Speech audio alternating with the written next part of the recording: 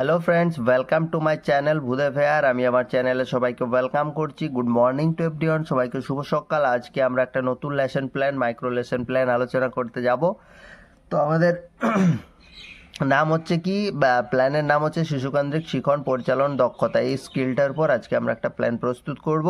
প্রশিক্ষণ কেন্দ্রের নাম, এখানে কলেজের নাম হবে শ্রেণী হচ্ছে তৃতীয়, শিক্ষার্থীর সংখ্যা হচ্ছে 10 জন, শিক্ষার্থী শিক্ষকের নাম, মেয়ে হলে শিক্ষার্থী শিক্ষিকার নাম, ক্রমিক নাম্বার এবং সময় হচ্ছে 8 মিনিট প্লাস, এবং তারিখ আজকে যা তারিখ সেই তারিখ দিয়ে দিলা, মানে যে ডেটে লেসন প্ল্যানটা বানাচ্ছ।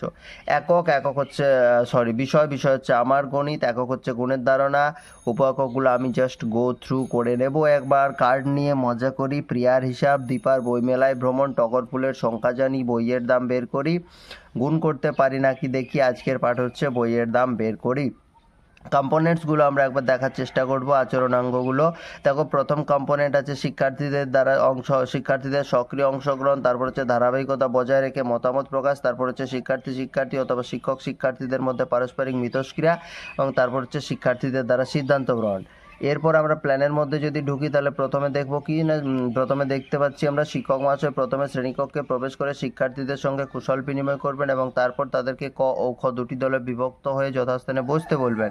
শিক্ষার্থীরাও শিক্ষক মহাশয়ের সাথে কুশল বিনিময় করে শিক্ষক মহাশয়ের নির্দেশ মতো দুটি দলে বিভক্ত হয়ে যথাস্থানে বসে পড়বে। ঠিক আছে, বোঝাতে পারলাম? এরপর শিক্ষক মহাশয় বিষয়বস্তুর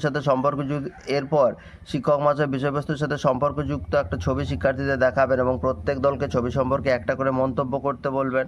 বিষয় দেখো, বইয়ের দাম বের করি, আমাদের লেখা হয়ে গেছে, বইয়ের দাম বের করি। ঠিক আছে, তাহলে এরপর চলো আমরা দেখবো শিক্ষার্থীরা মনোযোগ সহকারে ছবিটি দেখবে এবং তারপর মন্তব্য করবে। ক দল বলছে কিছু বইয়ের ছবি দেখতে পাচ্ছি, খ দল বলছে কিছু সংখ্যাও দেখতে পাচ্ছি ছবিতে, ধারাবাহিকতা বজায় রেখে মতামত প্রকাশ। এরপর শিক্ষক মহাশয় আজকের বিষয়বস্তু শিক্ষার্থীদের সামনে যথাযথভাবে উপস্থাপন করবেন। শিক্ষার্থীরা মনোযোগ সহকারে শুনবে এবং বোঝার চেষ্টা করবে। শিক্ষার্থীদের সক্রিয় অংশগ্রহণ হয়ে গেল।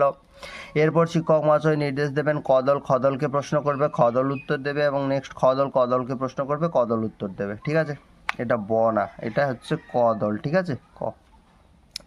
শিক্ষার্থীরা শিক্ষক মহাশয়ের নির্দেশ অনুযায়ী প্রশ্ন উত্তর পর্ব সারবে। ক দল প্রশ্ন করবে, একটা বইয়ের দাম যদি 140 টাকা হয় তাহলে 6টা বইয়ের দাম কত? 140 × 6 গুণ করে আমরা যেটা অ্যান্সার পেয়ে গেলাম 840।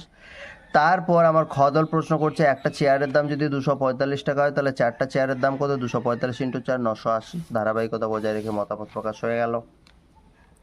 এবার শিক্ষক মহাশয় শ্রেণীর সকল ছাত্রছাত্রীর উদ্দেশ্যে জিজ্ঞাসা করবেন, যদি একটা মাছের দাম 175 টাকা হয় তাহলে 5খানা মাছের দাম কত? 175 × 5 875। এটা হলো শিক্ষক শিক্ষার্থী পারস্পরিক মিথস্ক্রিয়া হয়ে গেল। ঠিক আছে, তার ফাইনাল আজকের পাঠ থেকে কী কী শিখলাম? আজকেও স্যার গুণ শিখলাম, গুণের সাহায্যে বই, চেয়ার তথা মাছের দাম বের করলাম, শিক্ষার্থীদের দ্বারা সিদ্ধান্ত গ্রহণ হয়ে গেল। ঠিক আছে, আশা করি প্ল্যানটা বোঝাতে পারলাম। দেখো, আমি একই প্যাটার্নে প্রত্যেকটা প্ল্যান, একই প্যাটার্নে মানে প্রত্যেকটা স্কিলকে আমি একই প্যাটার্নে নিয়ে যাওয়ার চেষ্টা করছি, তাতে সাবজেক্ট যাই হয়ে থাক না কেন। ঠিক আছে, তো এখানেই প্ল্যানটা আজকে শেষ হচ্ছে।